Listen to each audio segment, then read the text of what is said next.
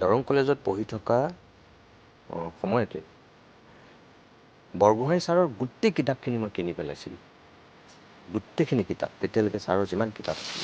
মোৰ আচলতে মানে এটা সৌভাগ্য বুলি ক'ম যে হোমেন বৰগোহাঁই ছাৰ, মামণি ৰয়ছম গোস্বামী আৰু হীৰেণ ভট্টাচাৰ্য, হিৰুদা, মই এই তিনিওগৰাকী ব্যক্তিক সেই সোণালী জয়ন্তীতে মই দৰং কলেজত দেখিছোঁ। সামাজিক মাধ্যমত মই আপুনি আপোনাৰ সম্পত্তিৰ হিচাপ দিয়া দেখিছিলোঁ। কিয় দিছিল নে সুধিছিল বা কি পৰিস্থিতিত হ'ল সেইটো পিছৰ কথা। কিন্তু মই এটা কথা জানিব বিচাৰিছোঁ যে বৰ্তমান সমাজত এনেকুৱা বহু ব্যক্তি আছে যিসকলৰ সম্পত্তিৰ হিচাপ আমি মানে জনসাধাৰণ পাব নালাগেনে? আপুনি কি ভাবে? লাগে।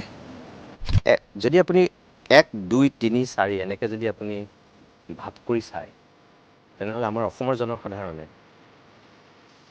First list, second list, third list এনেকৈ যদি কৰে, তেতিয়াহ'লে আপুনি ভাবক যে কাৰ ফাৰ্ষ্ট লিষ্টত নাম আহিব লাগে। আপুনি নিজে যদি কাছৰ ঘৰত আছে, তেনেহ'লে আপুনি আনৰ কাছৰ ঘৰলৈ আপুনি শিল দলিয়াব নালাগে। গতিকে আপুনি আনৰ চোলাটো লেতেৰা হৈ আছে বুলি যদি আপুনি আঙুলি টোৱাই ক'বলৈ আপোনাৰ সাহস থাকিব লাগে, তেতিয়াহ'লে আপুনি নিজে এটা চফা চোলা তাৰ আগত পিন্ধি থাকিব লাগিব। কিন্তু আপোনাৰ যদি নিজৰে চোলাটো লেতেৰা, আপুনি আনক কেনেকৈ ক'ব যে এই আপুনি ইমান বেয়া লেতেৰা চোলা এটা পিন্ধি আছে? গতিকে মই ভাবোঁ যে আমি নিজে সেইখিনি মেইনটেইন কৰাটো খুব জৰুৰী। মই যোৱা 25 বছৰেই হ'ব সাংবাদিকতাৰ ক্ষেত্ৰখনত মোটামুটি জড়িত হোৱা। যদি মই একদম ৰেডিঅ'ৰ পৰা আপোনাক কওঁ, মই চাগে অসমৰ একমাত্ৰ সাংবাদিক যি তেনেকৈ প্ৰেছমিট দি নিজৰ সকলো সা সম্পত্তি মই ৰাজহুৱা কৰিছোঁ। দূৰৰ পৰাহে মোৰ বিষয়ে তেওঁলোকে শুনিছে।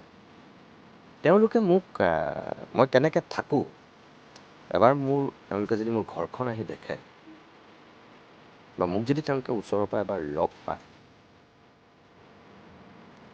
মই কাম কৰি অহা, মই এনি টিভিৰ পৰা মই যিহেতু টেলিভিশ্যনৰ যিটো যাত্ৰা মই আৰম্ভ কৰিছিলোঁ,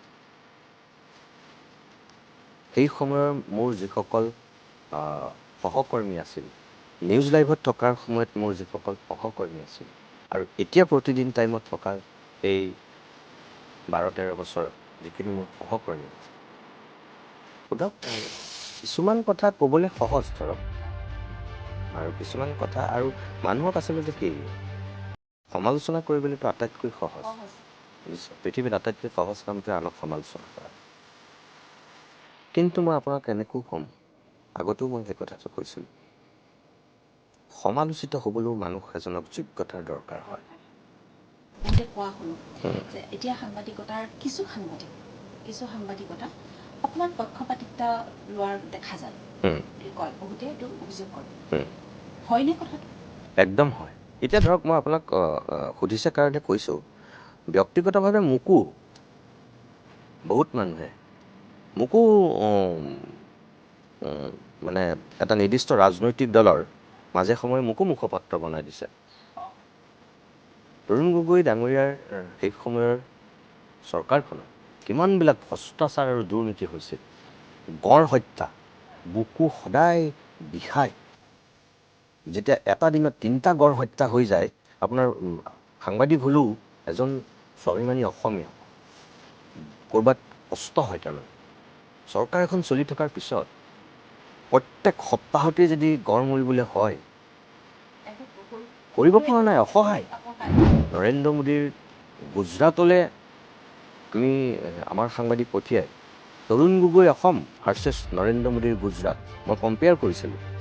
তাত কি হৈছে উন্নয়নত আৰু আমাৰ ইয়াত কি হৈছে, এইবিলাক কম্পেয়াৰ কৰিছিলোঁ। আৰু সেই সময়ত তেতিয়া ধৰক মোক বিজেপিৰ দালাল বনাই দিছে, বিজেপিৰ মুখপাত্ৰ বুলি কৈছে। মই আপোনাক এটা কথা কওঁ, মই কিন্তু নিৰপেক্ষ নহয়।